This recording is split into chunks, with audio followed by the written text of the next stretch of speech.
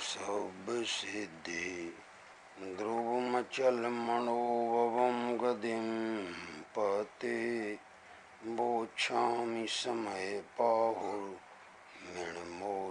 केवली वणिदं नमः समय साराय स्वानुभूत्या चकाशते चित्स्वभावाय भावाय सर्वभावान्तरच्छिदे प्रगटे निज अनुभव करे सत्ता चेतन रूप सब ज्ञाता लखी के नमो समय सार सब भूप निज स्वरूप को परम रस जा में भरो अपार वनु परमानंदमय समय सार अविकार अनंत धर्मणास्तत्वं पश्यन्ति प्रत्यगात्मनः अनेकांतमयी मूर्ति नित्यमेव प्रकाशताम्। ये समय सार जी परमागम शास्त्र है, इसकी दूसरी गाथा चल रही है। कल दूसरी गाथा में समय की व्याख्या बताई थी। उस समय व्याख्या के अंतर्गत जो बातें आ चुकी उनका रिवीजन करके तीसरी गाथा की ओर आएंगे। इसमें कितनी बातें कल बताई थी आप नज़र 13वें पृष्ठ पर डालें, उसको हम पढ़ते भर हैं और पढ़ करके जहाँ जो चीज़ बतानी है अनिवार्य वो आपके ख्याल में लाते हैं। देखिए पेज नंबर 13 भाषा टीका पढ़ते हैं। ये दूसरी गाथा की टीका चल रही है, जिसमें प्रश्न क्या आया है? प्रश्न ये आया है कि वो समय क्या है। समय की परिभाषा जानना है, क्योंकि जिसका परिचय करना है उसके स्वरूप को सर्वांगीण तरीके से जानना होगा। क्योंकि सर्वांगीण तरीके से जानोगे तो परिचय सर्वांगीण होगा, और अधूरे तरीके से जानोगे तो परिचय अधूरा होगा। अधूरे परिचय में वस्तु की पूर्णता अगर मानी जाएगी तो एकांतियों का मत भी यही होता है। वस्तु को मानते हैं एक धर्म को और एक ही धर्म को सर्वांग मान लेते हैं। क्या ही ख्याल में? ये एकांत किसको कहते हैं? वस्तु है अनेकांत स्वरूप और इसने किसी एक धर्म की मुख्यता की और उसी को ही सर्वथा मान लिया परिपूर्ण स्वरूप, तो वो एकांती है। और उसने एक धर्म को मुख्य करके जाना, लेकिन उसमें धर्म कितने हैं? अनंत। और ये वस्तु का स्वभाव ही है। जगत में जितनी भी वस्तुएं हैं सब की सब अनंत धर्मात्मक हैं। चाहे पुद्गल हो, चाहे धर्म हो, चाहे अधर्म हो, चाहे आकाश हो, चाहे काल हो या जीव द्रव्य हो, सब के सब अनंत धर्मात्मक हैं। यानी वस्तु का स्वरूप अनेकांतात्मक है और उसका कथन स्यादवादात्मक है। क्या कहा?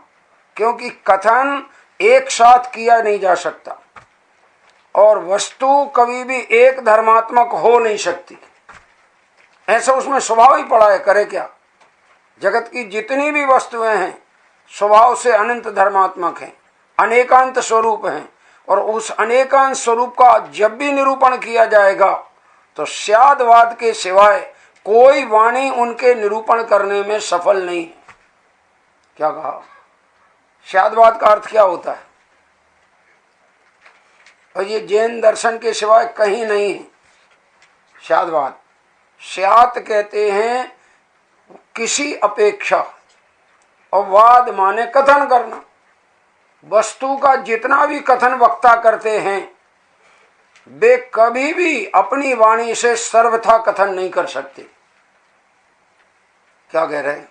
क्यों नहीं कर सकते? वाणी में कमजोरी है कि वो एक काल में एक ही धर्म को बताने में समर्थ होती है, अन्य काल में अन्य धर्म को बताती है। तो ये स्यात पद एक ऐसी चीज है कि जिसको वाणी के साथ में लगाते ही साथ जिसको नहीं कह पा रहा है उसको भी एक ही साथ समझ लेता है। क्या कह रहे? तो उदाहरण देखना जरा। मैं पुत्र हूं, समझ में आया? मगर सर्वथा अपेक्षाओं से पुत्र हूं कि कोई एक अपेक्षा से पुत्र हूं? बोलो जरा। एक अपेक्षा माने पिता की अपेक्षा मैं पुत्र हूं। ये मैं अभी पंचास्तिकाय की टीका जो चल रही है उसको बारीकी से देख रहा हूं। तो अभी यही प्रकरण आज मैं उसमें चला 20 नंबर की गाथा में, और उसमें ये दृष्टांत ही दिया आचार्य अमृतचंद स्वामी और जयसेनाचार्य ने कि ये जितना भी कथन होगा वो कथन सापेक्ष ही होगा, निरपेक्ष कभी कथन हो सकता नहीं। वस्तु निरपेक्ष होती है, क्या कहा? वस्तु सापेक्ष हो सकती नहीं और कथन निरपेक्ष हो सकता नहीं। इसलिए कथन सापेक्ष होने से स्यादवाद बिना कथन संभव नहीं है, और वस्तु निरपेक्ष होने से वस्तु तो वचन के अधीन नहीं है, वस्तु तो जैसी है वैसी ज्ञान से अनुभव करने योग्य। समझ में आएगा नहीं बात? और दोनों की व्यवस्था जैन दर्शन में है। वस्तु स्वरूप को जानना है और उसे जानने का उपाय वाणी है, जिनवाणी है, और जिनवाणी में जो भी कथन आएगा वो नए अपेक्षा आएगा। पंचास्तिकाय की मंगलाचरण में तो अमृत चंद्राचार्य ने इतना लिखा कि सम्यक ज्ञान अमल ज्योति जननी द्विनयाश्रया अथा तो समय व्याख्या संक्षेपेणा विधीयते। ये जो समय नाम की व्याख्या है पंचास्तिकाय की, वो कैसी है व्याख्या कि सम्यक ज्ञान अमल, निर्मल सम्यक ज्ञान की जननी है। ये व्याख्या जो मैं प्रस्तुत करूंगा निर्मल सम्यक ज्ञान को जन्म देगी, लेकिन व्याख्या जो प्रस्तुत करूंगा वो कैसी है व्याख्या? जननी द्विनयाश्रया। कैसी होगी व्याख्या? दो नए के आश्रय से होगी। क्यों कर रहे दो नए के आश्रय से? मैं करूं क्या? वस्तु में एक ही धर्म होता तो एक ही नए के आश्रय से होती बात, लेकिन वस्तु सामान्य विशेषात्मक है, वस्तु नित्यात्मक है, वस्तु सत असत रूप है, वस्तु एक अनेक रूप है, वस्तु नित्य अनित्य रूप है। तो जो नित्य को बताएगा वो नए अलग होगा, द्रव्यार्थिक होगा, और जो अनित्य को बताएगा वो नए पर्यायार्थिक होगा। और हर द्रव्य पर्याय से रहित कोई होता नहीं, द्रव्य गुण पर्याय से रहित कोई होता नहीं। इसलिए अगर प्रमाण ज्ञान बिना वस्तु को जानने का उपाय करोगे तो सही जानने में नहीं आएगी, और प्रमाण से जब तक सही जानोगे नहीं तो कोई भी नए लगाओगे झूठा होगा। क्योंकि नए की परिभाषा स्वतंत्र सीधी नहीं है। प्रमाण से जो जानी गई संपूर्ण धर्म रूप वस्तु जानी गई, उसमें किसी एक की मुख्यता से जो भी कथन चलेगा वो नए कहलाएगा। नए की ये परिभाषा है। प्रमाण द्वारा गृहीत किए गए वस्तु के अनंत धर्मात्मक स्वरूप में किसी धर्म को मुख्य करके जो कथन होता है वह कथन नयात्मक होता है, और सम्यक तब होता है कि प्रमाण पूर्वक होवे तो कथन सम्यक है, और प्रमाण पूर्वक नहीं है तो कथन मिथ्या है। क्या कह रहे हैं? ये अकलंक स्वामी ने राजवार्तिक में लिखा। हम जो प्रमाण दे रहे हैं ना, थोड़ा एक आध बार आपको जरूर देखना चाहिए। क्या अकलंक स्वामी 8वीं शताब्दी में हुए कि जिन्होंने जैन दर्शन के न्याय की नींव डाली। वे आचार्य राजवार्तिक टीका है तत्वार सूत्र की, उस टीका के अंतर्गत ये बात लिखते हैं कि सापेक्ष नया सम्यक और निरपेक्ष नया मिथ्या। जितने भी कथन हैं अगर वे सापेक्ष हैं तो सम्यक हैं, और निरपेक्ष हैं तो मिथ्या है। ख्याल में आए कि नहीं? और अमृत चंद्राचार्य भी लिखने वाले हैं चौथा कलश में, उभय नए विरोध ध्वंसनी स्यात् पदांके जिन वचसि रमन्ते ए स्वयं वांत मोहा शपदि समय सारम ते परम ज्योतिरुच्चै अनवमनय पक्षाक्षुण्ण मीक्षंत एवे। क्या है इसका अर्थ? उभय नए, नए कितने हैं? चौथा कलश है समय सार जी का। और इसको गुजराती में अर्थ समझा देते हैं आपको जरा। देखो लिखा है इसमें, क्या लिखा है, ये आ गया, पढ़ता हूं, अर्थ पढ़ता हूं, सुनिए। निश्चय અને વ્યવહાર એ બે નયોને વિષયના ભેદથી પરસ્પર વિરોધ છે।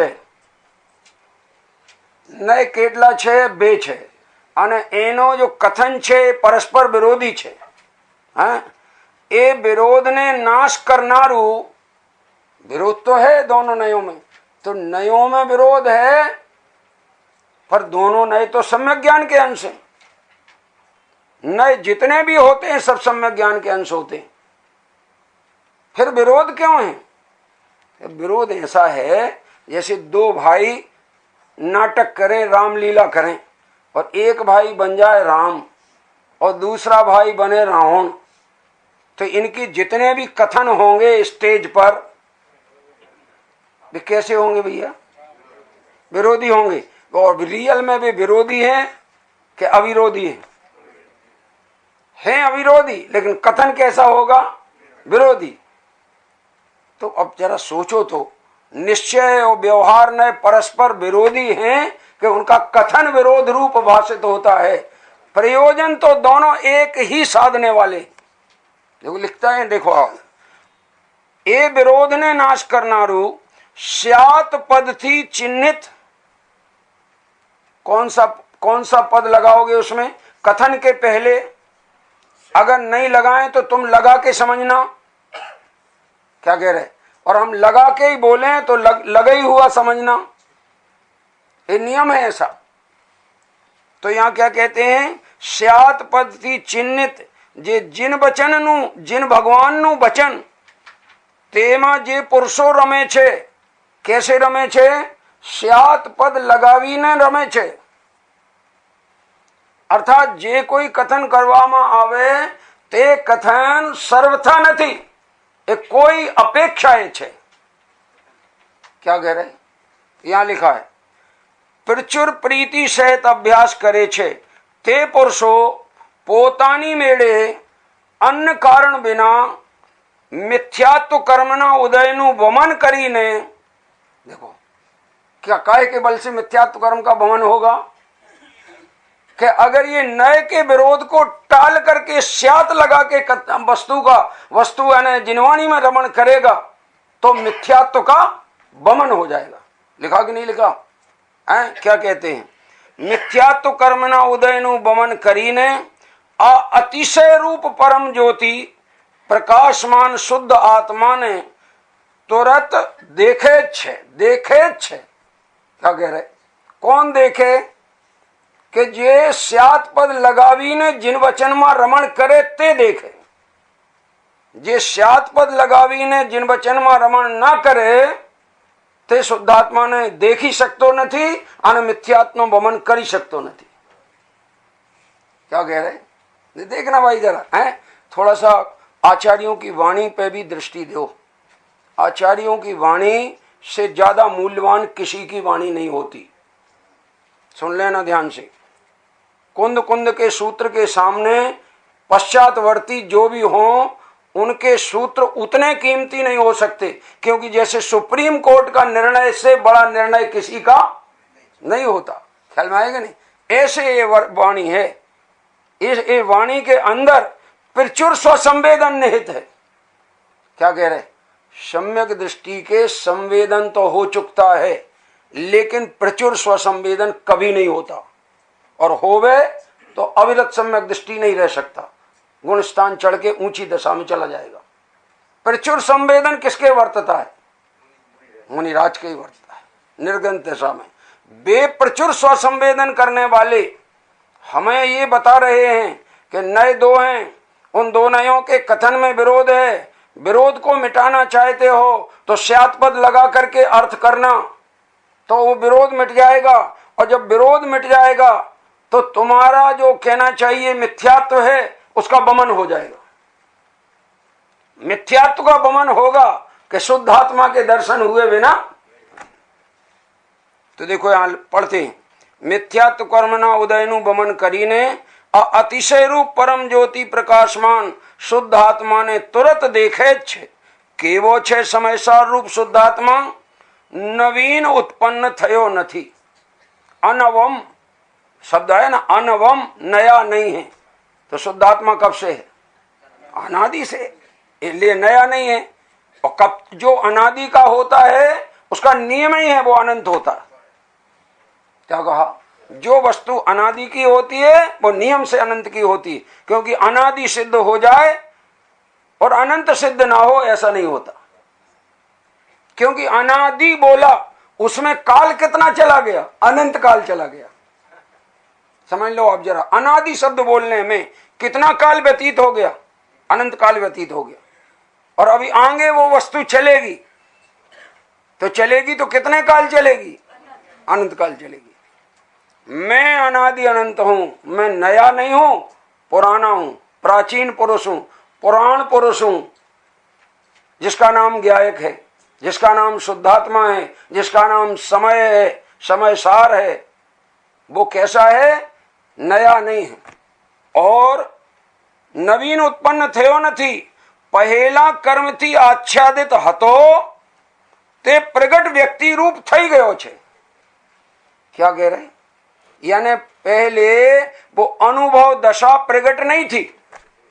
अब जब हमने स्यात् पद लगा करके जिनवाणी के वचनों का अभ्यास किया, यानी जिनवाणी के वचनों का भाव भाषण किया। क्या किया? अभ्यास माने भाव भाषण। भाव भाषण किया, वो भी स्यात् पद लगा के किया तो मिथ्यात्व का भमन हो गया, और जो अनादि अनंत आत्मा है वो अनुभूति में प्रकट हो गया। और वो जो प्रकट हुआ अनुभूति में वो कोई नया नहीं है, वो तो पुराना है। और पहला थी कर्म थी आच्छादित हतो ते प्रगट व्यक्ति रूप થઈ ગયો છે। वड़ी केवो छे ते आत्मा सर्वथा एकांत रूप कुनय के पक्ष से खंडित थतो नहीं। क्या कह रहे? कुनय किसको कहते हैं? जो वस्तु के एक धर्म को सर्व धर्म रूप निरूपण करे वो कुनय है, वो एकांत है। क्या कह रहे? एक लघु तत्व स्फोट नया ग्रंथ मिला आचार्य अमृतचंद स्वामी का 1975 में, पहली बार मिला। श्वेतांबर मंदिर में मिला, अहमदाबाद के डेला मंदिर है वहां पर एक अहमदाबाद में, वहां पहली बार मुनि पुण्य विजय जी हैं उनके श्वेतांबर में, उनको मिला। और उन्होंने जब पढ़ा तो देखा है तो अमृतचंद्राचार्य का लिखा हुआ है, तो उन्होंने दिगंबरों को सौंप दिया। और उसका प्रकाशन, प्रथम प्रकाशन तो हुआ है अमेरिका से, वर्कली यूनिवर्सिटी से इंग्लिश में, दूसरा प्रकाशन हुआ है सागर से, और उसका तीसरा प्रकाशन संपादन करके डिटेल में मैंने किया है उसका संपादन। उस लघु तत्व स्फोट के 15वें अध्याय में एक श्लोक आया है। मैं जो बोल रहा हूं ये अध्याय खोल के देखना। और क्या आया है उसमें श्लोक? हे जिनेंद्र भगवान, वस्तु वाच्य और अवाच्य दोनों है, इसलिए मैं जो वचन बोलूं मैं तो उसमें कथनचित लगा के ही बोलूंगा, अथवा वाच्य भी बोलूंगा अवाच्य भी बोलूंगा। अगर किसी वस्तु अनेकांतात्मक वस्तु का मैं एक ही धर्म बोलूं और अन्य को लोप करूं तो मेरी जिह्वा के 100 टुकड़े हो जाएं। क्या लिखा उसमें? ये लिखा है, मूल संस्कृत में लिखा है। उसका अनुवाद पंडित अपने अभय कुमार जी साहब ने किया है। अनुवाद माने पद्य अनुवाद, और उसका अर्थ और अनुवाद भावार्थ और उसमें अपन ने लिखा है। ये कहते हैं, और यही बात यहाँ कही कि आप जो भी निर्णय करो, और पंचास्तिकाय के मंगलाचरण में भी यही कहा, जननी द्विनयाश्रया, यानी सम्यक ज्ञान का जन्म दोनों नयों के आश्रय से निरूपण होने पर होता है। एक नए के आश्रय से निरूपण करने पर सम्यक ज्ञान का जन्म नहीं होता। लेकिन नियम यह है कि जब दो नए सामने होंगे तो दोनों मुख्य नहीं हो सकते। क्या कहा? निरूपण में जिसको, जैसे आपने द्रव्य स्वभाव को निरूपण किया तो वाणी में जो कथन में आता वो मुख्य कहलाता है, और जिसके विषय में अभी साइलेंट हैं वो गौड़ कहलाता है। पर साइलेंट है का मतलब ये नहीं है कि उसकी सत्ता नहीं। साइलेंट इसलिए है कि अभी हम तो किसी एक को मुख्य करके समझा रहे, ख्याल में है कि नहीं? इसलिए यहां कहते हैं वह सर्वथा एकांत रूप कुनय के पक्ष से खंडित होता नहीं है, वह निर्बाध है। अब वापस मैं वहीं आता हूं, वो जो दूसरी गाथा में कितनी बातें हो गई वो बताने को। समय शब्द का अर्थ 13 पृष्ठ पर देखिए। समय शब्द का अर्थ इस प्रकार है, सम उपसर्ग है जिसका अर्थ है एक पना, सम माने एक पना, और अय गमन करने वाली धातु है, गमन अर्थ में धातु है, और गमन का अर्थ होता है परिणमन करना, और गमन का एक अर्थ होता है ज्ञान करना। क्या किया जाए, एक अनेकार्थ नाम माला है। 16वीं शताब्दी में धनंजय कवि हुए, उन्होंने ग्रंथ लिखा है अनेकार्थ नाम माला। उसमें एक शब्द के अनेक अर्थ कितने होते हैं ऐसे सब शब्दों को संग्रह करके रखा है। एक शब्द के इतने अर्थ होते हैं, तुम प्रसंग देख के उसका अर्थ लगा लेना। जब मैंने शायद एक बार आपको दृष्टांत दिया कि नहीं दिया कि सेंधव शब्द है ना, सेंधव, सेंधव के 2 अर्थ होते हैं, एक तो सेंधा नमक और एक सेंधव माने घोड़ा। अब हम बोले आपसे सेंधव आनय, तो तुम क्या लाओगे, घोड़ा लाओगे कि नमक लाओगे? क्या लाओगे? कल लाने के पहले हम ये देखेंगे कि तुमने किस स्थिति में मांग की है। मान लो हम चौके में बैठे हुए थाली के पास बैठे हैं और बोल रहे हैं सेंधा और आनय, तो क्या अर्थ निकालोगे सेंधव का? सेंधा नमक निकलेगा। और हम कहीं यात्रा पे जाना चाह रहे हैं और बोले सेंधव आनय, तो क्या लाओगे? घोड़ा लाना पड़ेगा। ये अर्थ निकला कि नहीं निकला उसमें से? अब ये इतनी अगर अपने जनरल सेंस ना हो कि शब्द के अनेक अर्थ तो हैं, लेकिन किस प्रसंग में क्या अर्थ निकालना, अगर ये ज्ञान नहीं है तो अर्थ तो नहीं निकलेगा, अनर्थ निकलेगा। क्या कह रहे? अनर्थ निकलेगा। क्यों? क्योंकि प्रसंग तुम्हें मालूम नहीं। देखो आपसे एक प्रश्न करते हैं, 12 भावनाओं का पाठ ज्यादा अच्छा है कि शादी का गीत गाना ज्यादा अच्छा है? बोलो बोलो, जवाब दो ना आप लोग हैं। हाँ देखो क्या कह रही है, प्रसंग अनुसार। अब शादी घर में हो रही है, भावर पढ़ रही हैं, तो 12 भावना पढ़ें के शादी के गीत गाएं? बोलो जरा। वहां फेरे पड़ रहे हैं और यहां बोले राजा राणा छत्रपति। यद्यपि है तो बहुत महत्वपूर्ण चीज, इसमें दो राय नहीं है। 12 भावना से बढ़िया महत्वपूर्ण कोई चीज है ही नहीं। वैराग्य उपावन माई चिंतो अनुप्रेक्षा, भाई ये वैराग्य को उत्पन्न करने वाली माता है। इन चिंतित सम सुख जागे, इन 12 भावनाओं के चिंतन से समता रूपी सुख उत्पन्न होता है। जिमी ज्वलन पवन के लागे, जैसे हवा, कहीं अग्नि हो और हवा चले तो अग्नि और फैल जाती, ऐसे 12 भावनाओं की पवन चले तो वैराग्य और समता फैल जाती। समझ में आएगा नहीं? मगर प्रसंग देखना होगा। तो यहां क्या कहते हैं कि समय माने एक साथ, सम उपसर्ग है उसका अर्थ एक पना, अय माने एक धातु है जिसका अर्थ है गमन और ज्ञान। इसलिए जो एक साथ परिणमन करे और जाने उसका नाम समय। तो लो 6 द्रव्य समय नहीं कहलाएंगे। अभी दूसरी परिभाषा ये भी है कि जो अपने गुण पर्याय में परिणमन करे उसका नाम समय है। तो इसमें 6 द्रव्य आएंगे। समय के अर्थ में कितने द्रव्य आएंगे? अपने गुण पर्याय में कितने द्रव्य परिणमन करते हैं? 6 द्रव्य करते हैं कि नहीं? तो 6 द्रव्य समय हैं कि नहीं है? एक परिभाषा। अब दूसरी परिभाषा, जो एक साथ परिणमन भी करे और जाने भी, तो कितने द्रव्य आएंगे? एक जीव द्रव्य आएंगे। एक मान द्रव्य तो सब आ जाएंगे पर जीव द्रव्य आएंगे, अन्य द्रव्य पुद्गल द्रव्य चेतन द्रव्य नहीं आएंगे। तो इस परिभाषा में जीव द्रव्य आया, ठीक है ना। अब इस समय अकेले का परिचय थोड़ा ही करना है और न समय का अनुभव करना है, समय सार का अनुभव करना है। किसका करना अनुभव? ध्यान रखना जरा, समय अलग चीज है और समय सार शुद्धात्मा का अनुभव करना है। हमारा प्रयोजन समय का अनुभव करना नहीं है। हमारा प्रयोजन समय सार का अनुभव का है, ठीक है ना। तो यहाँ क्या कहते हैं, ये दोनों क्रियाएं एकत्व पूर्वक करे वो समय है।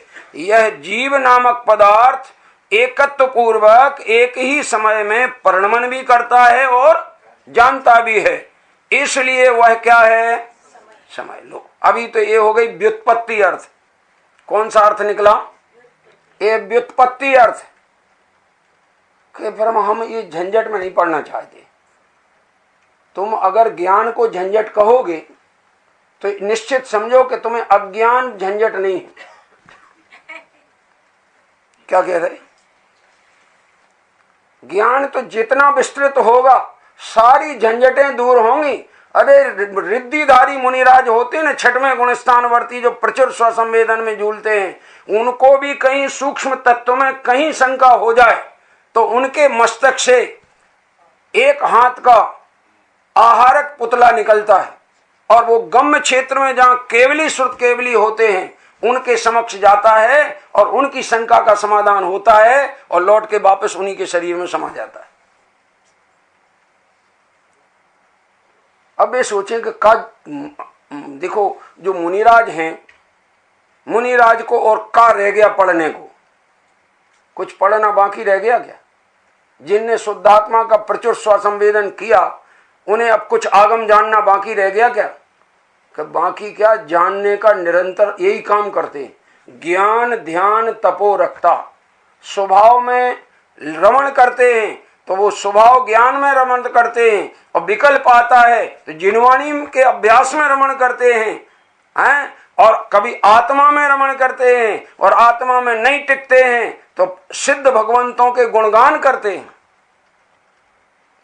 सिद्ध भक्ति करते हैं। मुनिराजों की 10 प्रकार की भक्तियों का नियम है, उसमें सिद्ध भक्ति, आचार्य भक्ति, श्रुत भक्ति इत्यादि भक्तियां हैं। अब ये सब पता कहां से लगेगा? जिनवाणी देखोगे तो पता लगेगा, और ना पता लगे और ना देखो तो जिनने देखी है थोड़ा उस पर विश्वास करो। क्या कह रहे, तुम्हें देखने की फुर्सत नहीं, और जिन्हें देखने की फुर्सत मिली और वो बताएं तो उनको कहो तुम तो फालतू काम करने में लगे रहे, तो चतुर तुम ही कहलाए।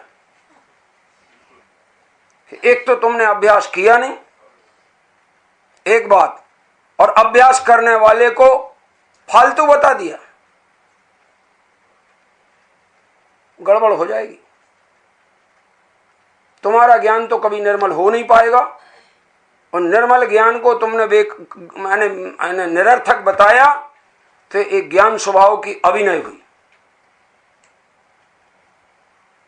समझ में आ रही कि नहीं बात? जरा अब देखो, हर चीज को अलग अलग एंगल से समझा जाता है। अभी अपन एंगल से समझ रहे हैं, व्युत्पत्ति अर्थ समझ लिया, अब जरा देखो व्याख्या अर्थ समझिए।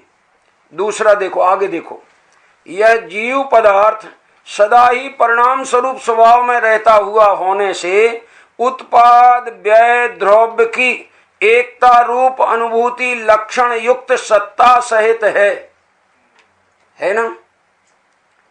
इस विशेषण से जीव की सत्ता को न मानने वाले नास्तिकवादियों के मत का खंडन हो गया, और पुरुष या जीव को अपरिणामी मानने वाले सांख्यवादियों के मत का भी खंडन हो गया, और नैयायिक वैशेषिक सत्ता को नित्य ही मानते हैं और बौद्ध सत्ता को क्षणिक ही मानते हैं, उनका भी निराकरण हो गया। ये सब एकांती हैं, इनके शुद्धात्मा की उपलब्धि नहीं हो सकती, जिनकी मान्यता में या तो द्रव्य सर्वथा ध्रुव है या द्रव्य सर्वथा अध्रुव है, या अध्रुव सर्वथा मानने वाले बौद्धमती हैं और ध्रुव सर्वथा अपरिणामी मानने वाले सांख्यमती हैं, और उसको सर्वथा ध्रुव माने वैशेषिक और नैयायिक वाले। और जैन दर्शन तो कथनचित ध्रुव है और कथनचित अध्रुव, ऐसा वस्तु का स्वरूप है। पंखा यहां चल रहा हो, समझ में आएगा नहीं? तो वो चल रहा है कि स्थिर है? बोलो बोलो, हैं? चल रहा है तो 1 घंटे में कितने दूर चला जाएगा? हैं?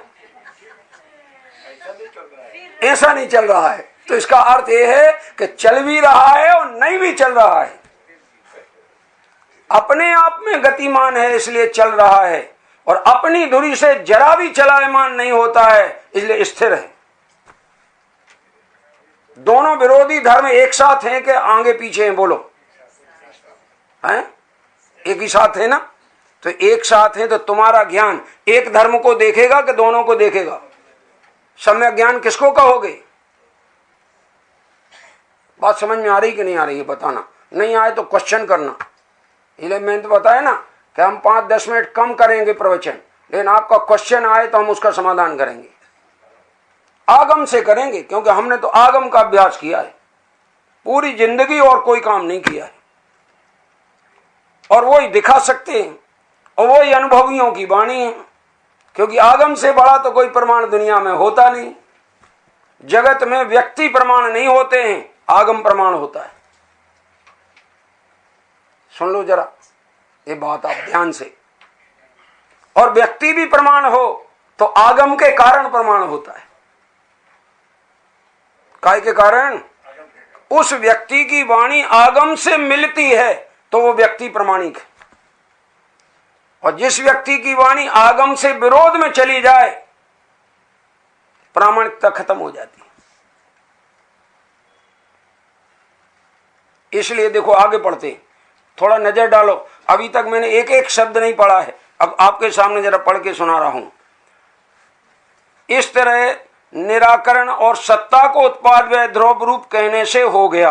अब तीसरा माने इसकी परिभाषा, जीव चेतन स्वरूपता से नित्य उद्योत रूप निर्मल स्पष्ट दर्शन ज्ञान ज्योति स्वरूप है।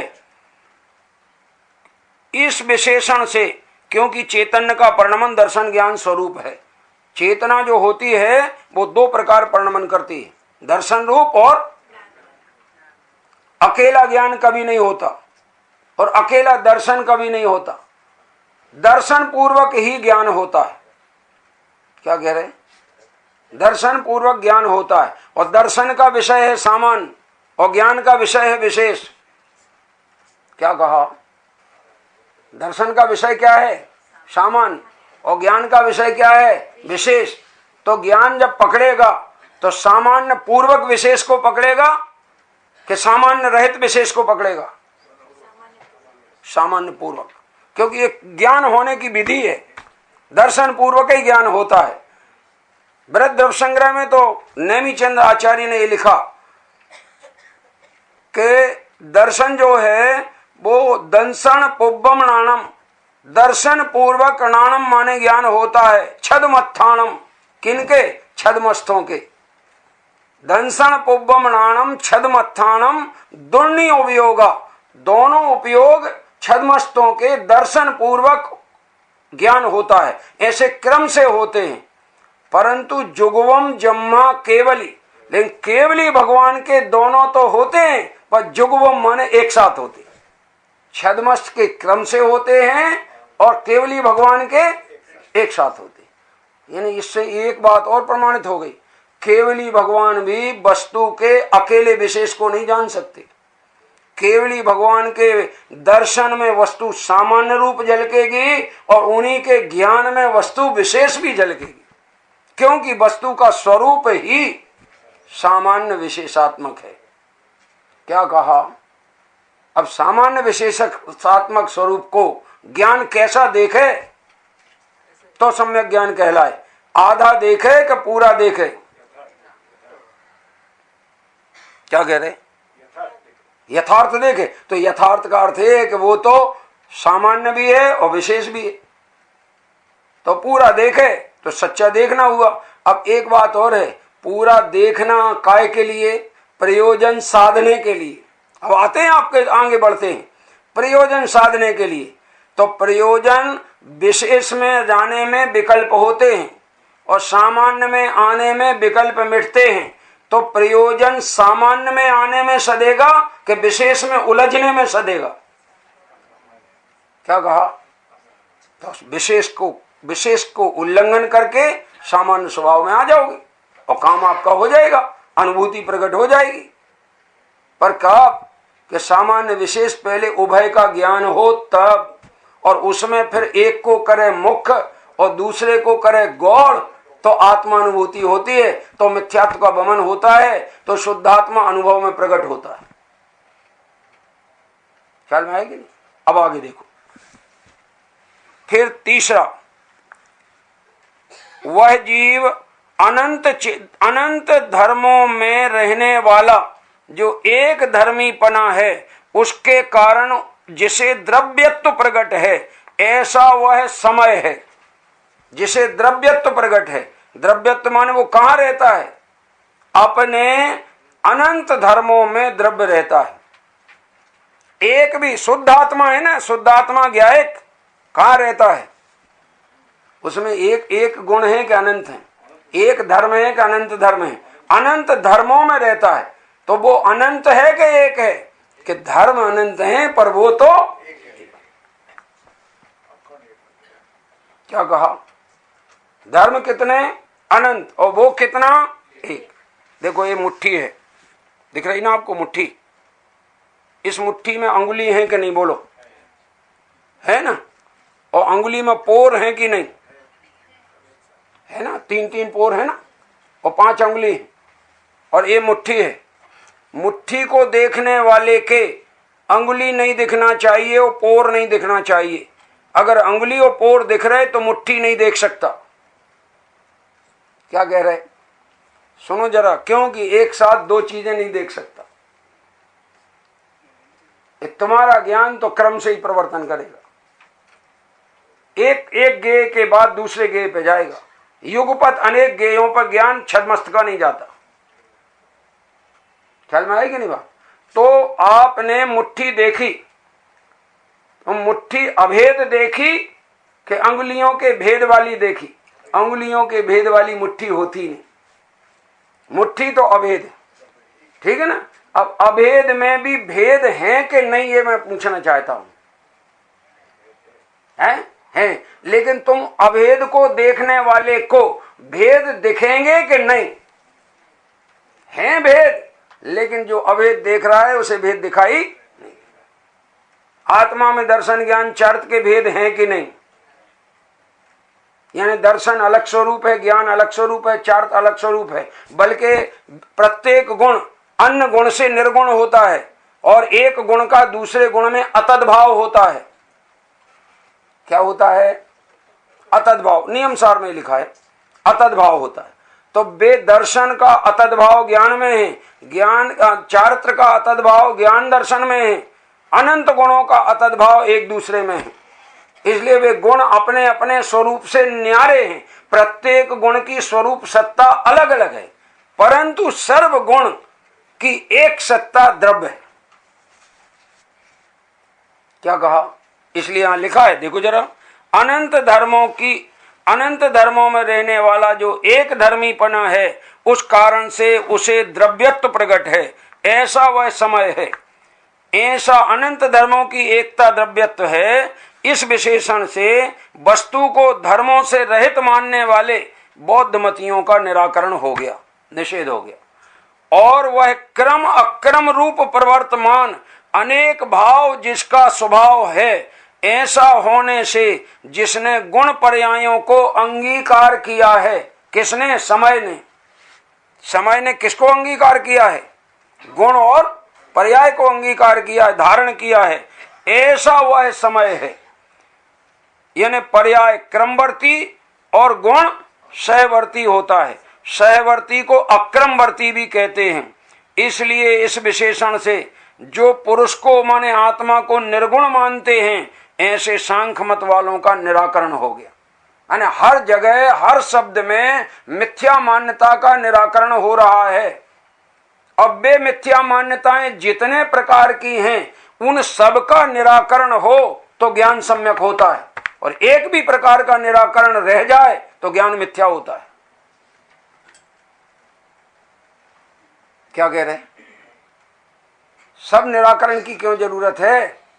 क्योंकि उतने प्रकार से तुम वस्तु में झूठी कल्पना करते हो। इसलिए इतने प्रकार से अगर झूठी कल्पना है तो इन शब्दों को ध्यान में लो और वो झूठी कल्पना का निषेध करके सर्वांगीण वस्तु कैसी है इसे जानो। अब आगे देखो, वह अपने और परद्रव्यों के आकार को प्रकाशित करने की सामर्थ्य होने से समस्त रूप को प्रकाशने वाली एक रूपता उसने प्राप्त की है, ऐसा वो है, अर्थात वो समय इस प्रकार है। इस विशेषण से ज्ञान अपने को जानता है पर को नहीं। इस प्रकार एकाकार को ही मानने वाले का और ज्ञान अपने को नहीं जानता पर को ही जानता है, इस प्रकार अनेकाकार ही मानने वालों का खंडन हो गया। ना तो ज्ञान सर्वथा एकाकार है और ना तो समय माने आत्मा सर्वथा एकाकार है और ना वो सर्वथा अनेकाकार है। कथनचित एकाकार है और कथनचित अनेकाकार है। ऐसा स्वरूप ही है, करे क्या? वस्तु अनेकांतात्मक है। ख्याल में आ रही कि नहीं बात? ऐसा है। अब है तो ज्ञान कैसा जाने? हम सम्यक ज्ञान तो उसको कहते हैं जो वस्तु के सर्वांश को जाने, उसका नाम सम्यक ज्ञान है। फिर उसमें एकांश को मुख्य करे, एकांश को गौड़ करे, वो नए ज्ञान है।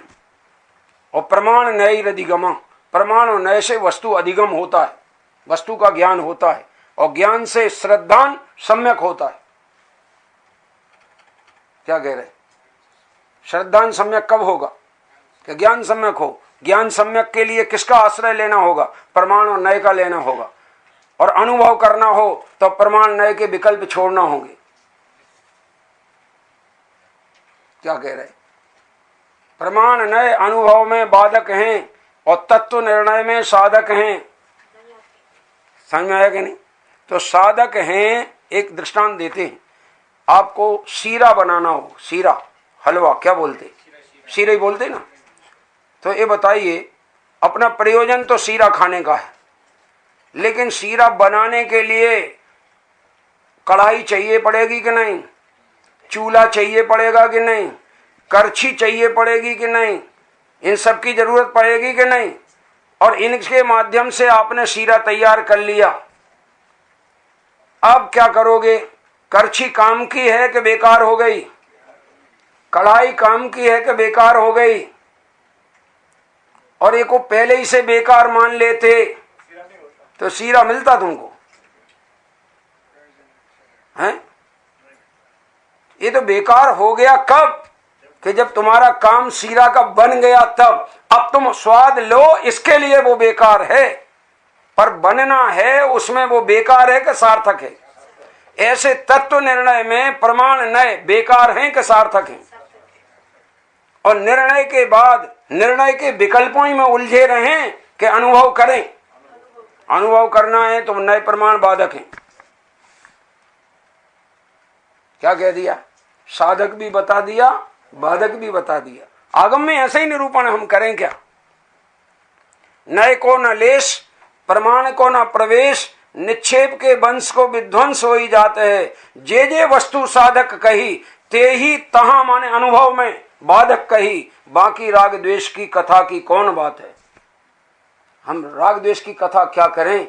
अरे वे जो प्रमाण नए हैं, जो तत्व निर्णय में साधक थे, वे ही अनुभव में बाधक हैं। उनके विकल्प अनुभव में बाधक हैं। उनके विकल्प तो बाधक हैं जिन ज्ञानियों के निमित्त से हमें ज्ञान की बात सुनने मिली। अगर वे याद आए तो अनुभव नहीं हो सकता। और आज तो आपने इतना ही कह दिया कि भगवान हम आपको नहीं देखेंगे। क्यों नहीं देखेंगे? कि आपको देखना ये हमारी दृष्टि की पराधीनता है। समझ में आया कि नहीं? और आपको देखकर ये प्रतीति कर लेना कि आप किसको देख रहे हो? आप हमें नहीं देख रहे हो, आप तो अपने स्वभाव में मग्न हो। तो हम भी अपने स्वभाव में मग्न होंगे तो हमने आपको देखा कहने में आएगा। समझ में आएगा नहीं? हल भजन जो लिखा अपने अभय जी साहब ने, वो बहुत गजब लिखा। निरखो अंग अंग जिनवर के, जिनसे झलके शांति अपार। अब सामने शांति झलकेगी और उसको तुम नेत्रों से देखोगे तो तुम्हारी अनुभूति में अशांति आएगी कि शांति आएगी? बोलो जरा। क्योंकि रूप देख रहे हो शांत, तो वेदन काय का होगा? शांति का होगा। और रूप देखोगे अशांत तो वेदन काय का होगा? अशांति का। रूप देखोगे रागी का तो अनुभूति काय की होगी? राग की। और रूप देखोगे बीतरागी का तो अनुभूति काय की होगी? तो तुम्हें अनुभूति राग की करना कि बीतरागी की करना? तो बीतरागी को याद करना कि रागी को याद करना? बोलो जरा। अरे बीतराग अवस्था में भी अगर रागी को याद करते हो, महावीर की अवस्था में भी अगर सिंह या मारीच को याद करते हो, पाप बंद होगा। क्या कह रहे? क्योंकि जिनको तुम याद कर रहे हो वो बीतराग दशा वाले नहीं हैं, उनकी दशा तो अभी राग की है। और उन्हें तुम याद करोगे तो बीतरागता की पुष्टि नहीं होगी, राग की पुष्टि होगी। इसलिए यहां तो भगवान ही का लक्षण ये है कि जो बीतरागी सर्वज्ञ हों उन्हें भगवान कहते हैं। यह है पर्यायार्थक नय का लक्षण। और वैसे तो स्वभाव से सब आत्मा भगवान है। समझ में आएगी नहीं बात? सब आत्मा स्वभाव से भगवान है, लेकिन पर्याय में भगवान तो तब कहला सकते हैं कि बीतरागता सर्वज्ञता हो तो भगवान पना है, राग और अज्ञानता हो तो पर्याय में भगवान पना नहीं होता है। और राग और अज्ञान की दशा में भगवान पना मान लेवे तो अन्नमति भगवान में और जैन भगवान में कोई अंतर ना रहे। क्या कह रहे? समझ में आ रही कि नहीं बात है? थोड़ा बात को अच्छी तरह से ख्याल में लेना। मेरा तो ये प्रयोजन है कि आपको थोड़ा आचार्य की वाणी जो है और उनकी जो शैली है वस्तु को हृदयंगम कराने की, वो शैली से परिचित हो और उस शैली का अभ्यास करो।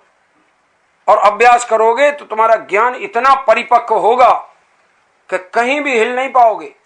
अन्यथा हम गारंटी देते हैं कि तुम कितने ही निर्णय एकांत से मजबूत कर लेना, जब हम दूसरा क्वेश्चन उठाएंगे जो आचार्यों ने उठाया है आप जवाब नहीं दे पाओगे, आपका श्रद्धांजलि चलायमान हो जाएगा। क्यों? क्योंकि सर्वांगीण निर्णय किया ही नहीं, तो श्रद्धांजलि चलायमान हो जाएगा। और नहीं तो हमारे तो समंत्र भद्राचार्य हुए, वे अन्न मत के सामने जाके चैलेंज देते थे, बाधार्थी विचराम में हम नरपते शार्दूल विक्रीडम।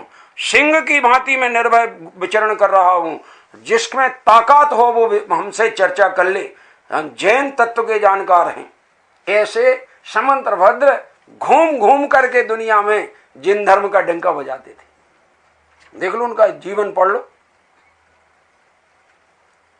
थोड़ा आचार्यों की जीवनी भी तो पढ़ो, उनका जीवन चरित्र पढ़ो, उनने कितने ग्रंथ लिखे ये पढ़ो, उस ग्रंथों में क्या लिखा ये पढ़ो। और जितने आचार्यों ने जो जो ग्रंथ बनाए वे हमारे लिए बनाए हैं कि खुद के लिए बनाए? बताओ अब जरा। कुंद कुंद आचार्य को विकल्प आया, समय सार रच दिया, अब फालतू और विकल्प काय को किया प्रवचन सार रचने का, पंचास्ती काय रचने का, अष्टपाहुल रचने का, नियम सार रचने का? ये हमारे ही पढ़ने के लिए हैं कि एक समय सार अकेले ही पढ़ने को है और समय सार की एक ही दो गाथाएं पढ़ने को है कि पूरी गाथाएं पढ़ने को है? थोड़ा जवाब दो, विचार करो, देखो जरा। और जिसको 415 गाथाओं का मर्म ख्याल में है वही तो बीच की गाथाओं का मर्म समझ सकता है, क्योंकि वे एक से दूसरे लिंक्ड हैं। क्या कह रहे? गणित में कोई व्यक्ति 5 स्टेप से आगे बढ़ के 6वां स्टेप करके आंसर लिख देवे, कितने नंबर मिलेंगे? 5 छोड़ दिए, आखिरी का स्टेप लिख दिया और आंसर सही लिखा, पर नंबर जो मिलेंगे 0। क्यों मिलेंगे? क्योंकि 5 स्टेप सही हो तो 5 पे हो सकता आंसर वाला भी गलत हो तो भी 5 स्टेप पे नंबर मिलने वाले।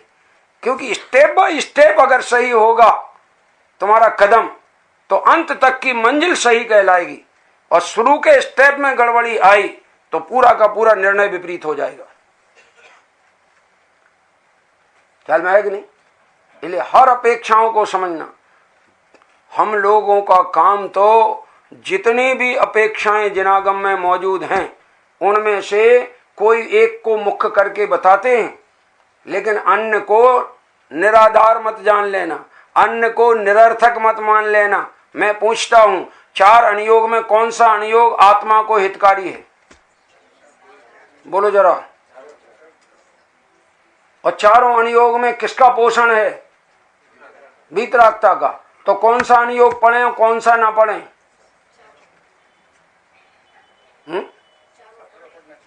पढ़ें, पूरा पढ़ें। अच्छा, और ग्रंथ भी किसी भी अनुयोग का पढ़ें तो आधा पढ़ें कि पूरा पढ़ें? आदि से अंत तक पढ़ें कि 2-4 गाथाएं पढ़ें? आप एक्सपर्ट, उसके समझने में आपका ज्ञान मजबूत कब होगा? 1-2 गाथाओं से होगा यथार्थ ज्ञान। कि जितनी गाथाएं हैं आदि से अंत तक की सब पढ़ो और सबके अंदर भाव क्या आया है, कौन सी गाथा किस अपेक्षा निरूपण की गई है, ये पढ़ोगे तो तुम्हारे ख्याल में आएगा। इस एक आखिरी बात कहता हूं, इस समय सार में एक ऐसा भी कलश आया है सर्वशुद्ध अधिकार में।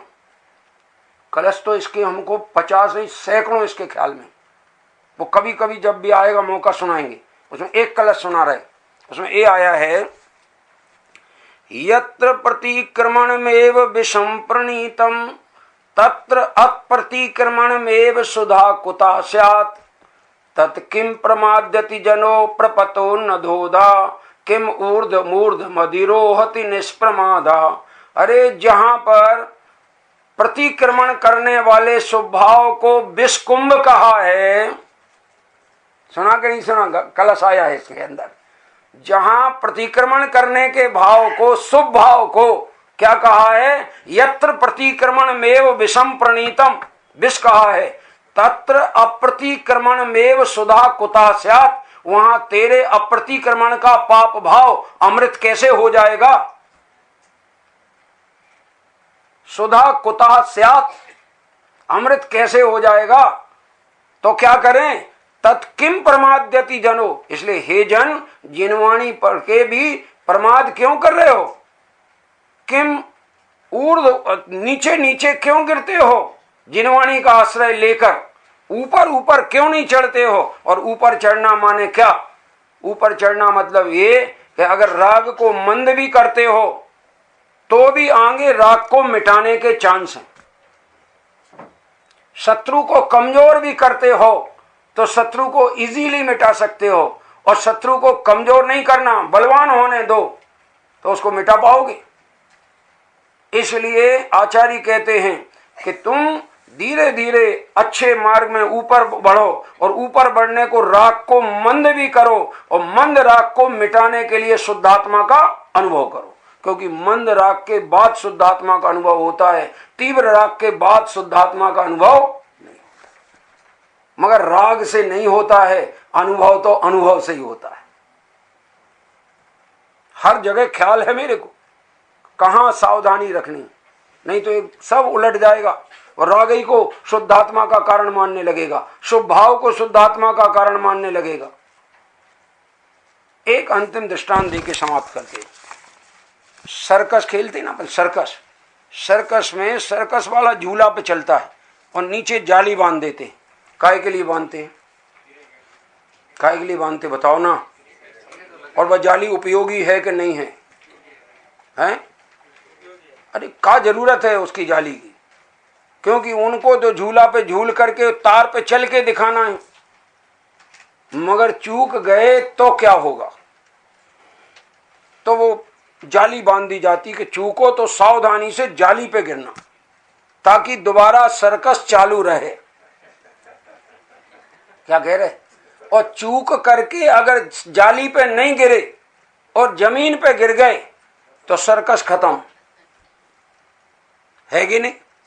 ऐसे शुद्धात्मा का अनुभव करना, शुद्धोपयोग का झूला झूलना, ये तुम्हारा मूल कार्य है। लेकिन चूक करके गिरो तो शुभोपयोग की जाली पे गिरना, अशुभोपयोग की जमीन पे नहीं गिरना, नहीं तो सर्कस खत्म हो जाएगा।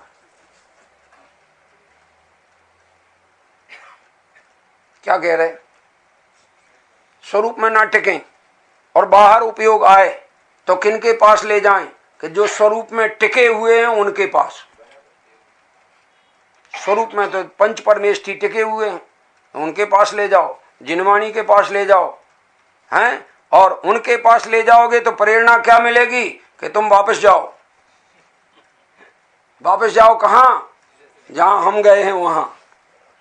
तो वे तो स्वभाव में गए हैं, और तुम उनके पास जाओगे तो प्रेरणा कहां जाने की मिलेगी? स्वभाव में जाने की मिलेगी। तो उनके पास जाने में हुआ तो शुभ भाव, पर प्रेरणा अच्छे के लिए मिली कि बुरी मिली? क्या कह रहे बोलो? गुरुदेव की वाणी सुनने हम आते हैं, कौन सा भाव है? और जो सुना रहे हैं वो कौन सा भाव है? शुभ के अशुभ? तो ये वाणी सुनने मिल रही है, प्रेरणा काय की मिल रही है? क्योंकि एक स्वभाव का अनुभव करो, भेद ज्ञान करो, अपना अभिप्राय सुधारो, राग में अपनापन मत मानो। राग तुम्हारे ज्ञान में झलके तो झलको, लेकिन तुम तो झलकने के काल में भी ज्ञान हो, राग नहीं हो। ये किससे मिला? गुरुदेव की वाणी से मिला। तो वो मिला कब? जब उपयोग लगाया तब। और उपयोग लगाया तो कौन सा भाव हुआ? शुभ भाव। तो नुकसान हुआ कि फायदा हुआ? जब पूछ रहे हैं, पर शुभ भाव से नहीं हुआ। ख्याल रखना, शुभ भाव के काल में दृष्टि सुधारी, उससे फायदा हुआ। कैसे फायदा हुआ समझ लो जरा। पर दृष्टि किस काल में सुधारी? अशुभ भाव में सुधार लेते ना। अशुभ भाव में दृष्टि नहीं सुधरती। कोई 5 इंद्रिय के विषयों में लगा हो और शुद्धात्मा को समझ के शुद्धात्मा का अनुभव करना चाहता है, तो विषयों के काल वाला कर सकता है आत्मा का अनुभव? क्या कह रहे? होता ही नहीं, नियम ही नहीं। इस नियम को हम जानें, इसको यथार्थ समझें, इनकी मर्यादाओं को समझें, आगम के अभ्यास में प्रवर्तो। आपकी जिंदगी बहुत बड़ी है, बुद्धिमान आदमी हो, आप जैसा क्षोभक्षम दूसरे के पास नहीं है। आप जिस ग्रंथ को पढ़ो उसी का अर्थ खुल जाएगा, क्या ही ख्याल में। लेकिन अपने को हीन मान करके हैं और प्रमादी रह करके वैसे भी अगर शुद्धात्मा में उपयोग डालो तो गणधर का उपयोग भी अंतर्मुहूर्त से ज्यादा नहीं टिक सकता, और अंतर्मुहूर्त टिक जाए तो केवल ज्ञानी हुए बिना नहीं रह सकता। अपना उपयोग स्वभाव में कितने काल टिक सकता है? तो ना टिके तो कहां ले जाएं? बस जिनवाणी के अभ्यास में, और कुछ है ही नहीं उपाय। सम्यक दृष्टि वो होते हैं देवलोक के सर्वार्थ सिद्धि के देव। छायक सम्यक दृष्टि एक भवावतारी क्या करते रहते हैं? तत्व चर्चा। कितने काल तक? 33 सागर तक। कितने समय तक? 33 सागर तक। क्यों कर रहे हैं? क्यों? क्योंकि उस दशा में अनुभव में वृद्धि नहीं होती, देवों के संयम नहीं होता, संयम के प्रकट करने लायक पात्रता नहीं होती। क्या कह रहे?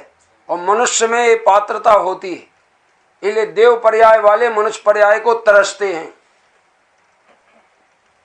देवता तरसते हैं क्योंकि हमें संयम लेने की पात्रता मनुष्य पर्याय में है और किसी भी पर्याय में नहीं। इन सब बातों को सर्वांगीण तरीके से जानना है, क्योंकि एक महापुरुष की जीवनी में श्रद्धान में द्रव्यान योग होता है, आचरण में चरणान योग होता है, और निमित्त नैमित्तिक के ज्ञान में करणान योग होता है, और उसका स्वयं जीवन प्रथमान योग होता है। क्या कह रहे? आप भी महापुरुष बनना चाह रहे हो तो जीवन में चारों अनुयोग होना कि एक होना?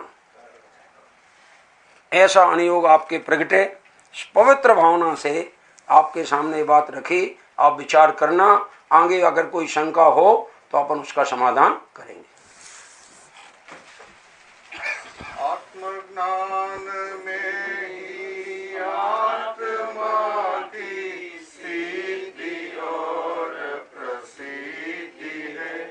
आत्मज्ञान में ही भिन्न रूप विश्व की भी सिद्धि है। आत्मज्ञान ही बस ज्ञान है। आत्मज्ञान ही बस ज्ञेय